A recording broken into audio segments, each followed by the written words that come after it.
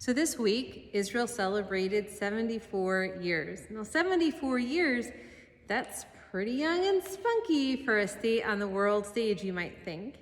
And when we think also about 74 years and celebrating, we also have to ask, how do we celebrate it? And of course, some of the answers are we get dressed up in blue and white, we have barbecues, we sing Hatikva, the Israel national anthem.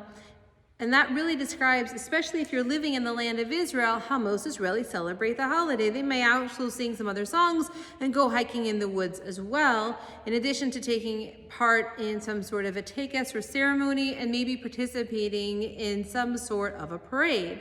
In this country, if you are in a large city, maybe you'll do something similar. Maybe you'll see a parade, and there might be a celebration at the Jewish Community Center. Again, some sort of a cookout. After all, it's not Israeli independence unless there's grilled meat around somewhere.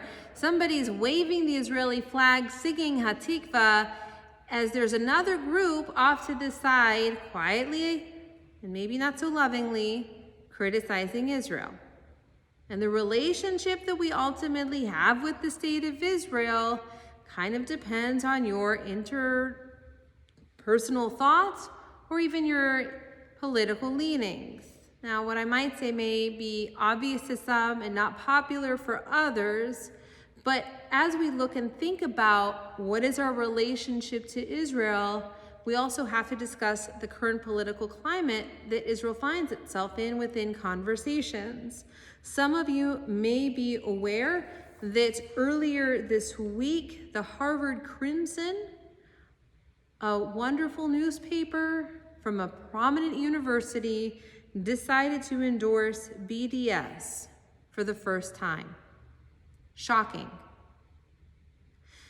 Yet when we put that on the backdrop of where does it come from, what does BDS mean, we need to understand that the BDS movement itself supports Palestinian solidarity.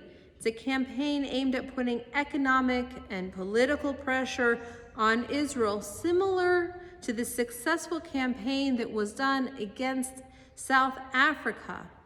The problem with this whole idea is that it decides to label Israel as an apartheid state.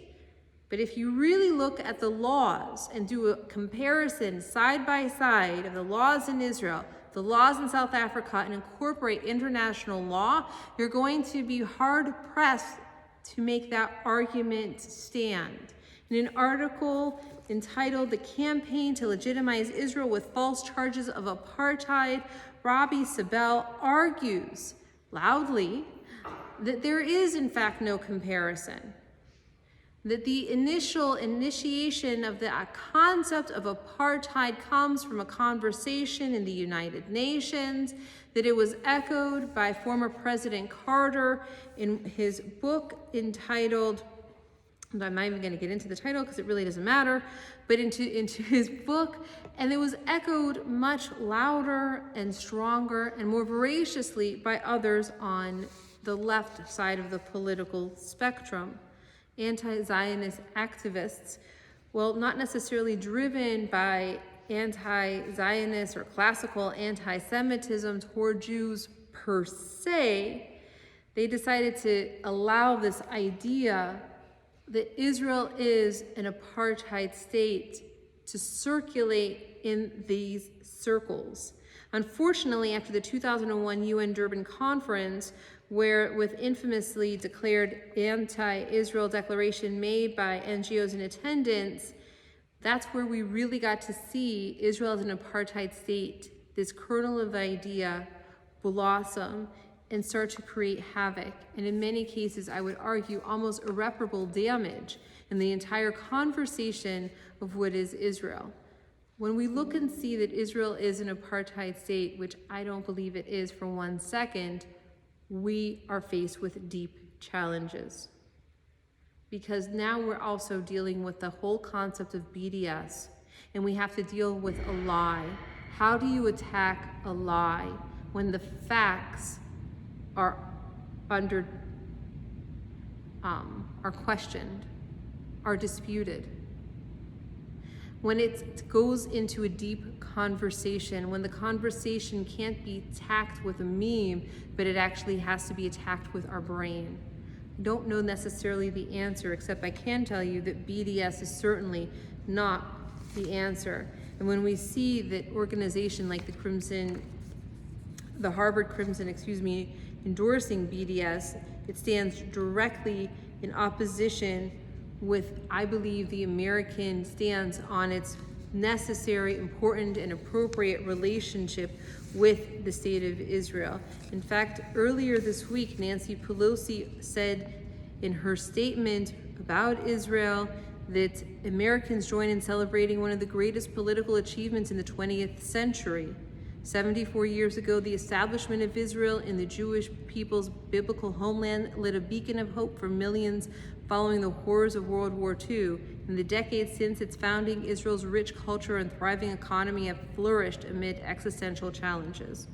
Furthermore, Alan Dershowitz, who wrote in response that criticism of Israel is not simply anti-Semitic. He said, I routinely criticize its policies just as I criticize the policies of our nation. And he goes on to recognize that we need to criticize the policies, not criticize the country and the right of the country to simply exist. The Crimson, he recognizes, is a megaphone, and he believes will increase the high rates of anti-Semitism on college campuses, something which is already seen around the country. And that he argues that Israel needs to be recognized with 5 simple facts: that no country faces the dangers in comparison like Israel. There is an internal and an external threat of terrorism which occurs, when we recognize that by simply looking and seeing that even this week there were 2 terrorist attacks within Israel, one at Elad and one in Tel Aviv. Furthermore, we also see that Israel is situated in a challenging neighborhood, and yet, even while being situated in a challenging neighborhood, has gone on and made peace with Egypt, with Jordan, and with many other nations, and continued to do so with economic ties, supporting the healthcare and growth in the industry in the region. No country has contributed more to humanity than Israel has. Look at all of the Nobel Peace Prizes which have come from there in the fields of medicine, agriculture, science, and artistry. In addition to Egypt, Jordan, of Israel making peace, there have been peace made also with Morocco, the United Arab Emirates, and other countries. Israel has continued to serve as a beacon of hope, and no country has offered statehood more so to the Palestinians in a repeated way than in 1947, 48, 67, 2000, 2001, 2005, and 2008. At any point, the Palestinians could have eventually had an independent state, but they chose war and they chose other means instead. It is amazing when we look at all of these facts and realize that what Alan Dershowitz says and others argue, that BDS is not about supporting Israel, it's about undermining Israel. It's about undermining Israel's legitimacy to exist, and ultimately the entire concept of Israel being equated with an apartheid state is undermining Israel, which brings us back to how do we celebrate it to begin with, and recognize that there are people for whom even talking about Israel openly would be a challenging thing. There are rabbis for whom speaking about it from the bima would be uncomfortable. Hopefully you'll forgive me and be loving toward me as I talk about Israel, a place that I lived for a few years, a place that I love, a place that I think we as Jews, recognizing that there are Jews both in this country and over there, 2 primary Jewish centers in this world, should identify with and support. I recognize that ultimately we do need to look at Israel. We need to challenge its policies, just like we need to challenge the policies in this country. That doesn't mean undermine it, that doesn't mean speak out against it, and it does mean educate ourselves, so that when we hear things like Apartheid State, BDS, and when we see Israel being accused, and we see Zionism being thrown about, recognize it for what it is: anti-Semitism and the attempt to delegitimize the state. There are other countries for whom do not receive any quantity of the criticism that Israel has and do far more things against humanity and individual rights. It's my hope and prayer that this Yom HaAtzmaut, this past week, we look at it as an opportunity to reinvest in our relationship with Israel, to want to reach out and celebrate, to want to learn more, to allow ourselves to grow and become our highest self. Thank you and Shabbat Shalom.